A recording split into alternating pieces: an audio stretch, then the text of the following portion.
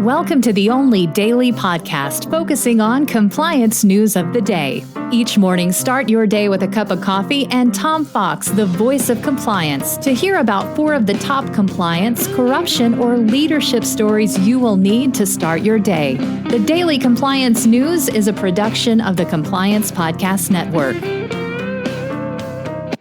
The Daily Compliance News for June 9, 2025, the Repugnant edition. And we begin with that story from the BBC, and it involves the victims' families from the two Boeing crashes, calling the NPA repugnant.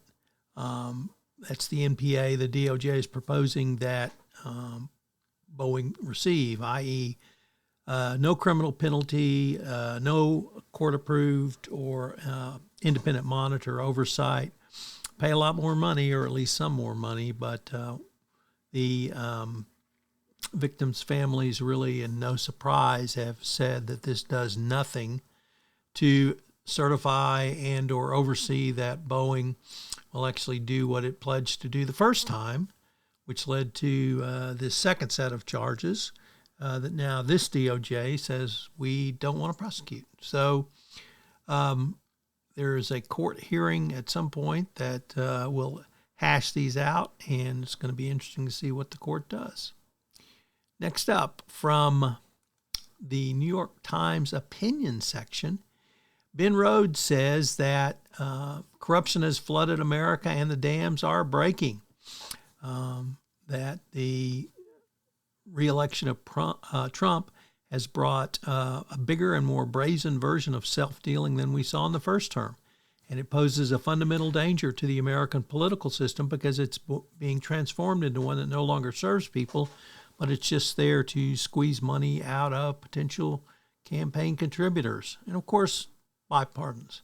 So I think commentators are beginning to realize we may be near a tipping point of corruption becoming endemic in America. And finally, 2 stories around Russian sanctions. The first from Wall Street Journal, which reports that the Trump administration is pressuring Lindsey Graham and other senators to soften any sanctions levied upon Russia for their continued attacks on Ukraine.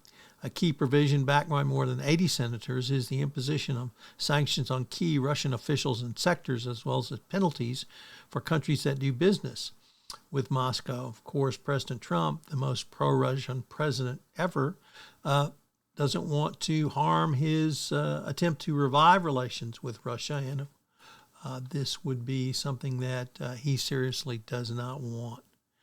Our last story is sort of the flip side of this, which comes to us from the Financial Times, which reports that the EU is weighing whether to add Russia to its gray list of countries with lax money laundering controls.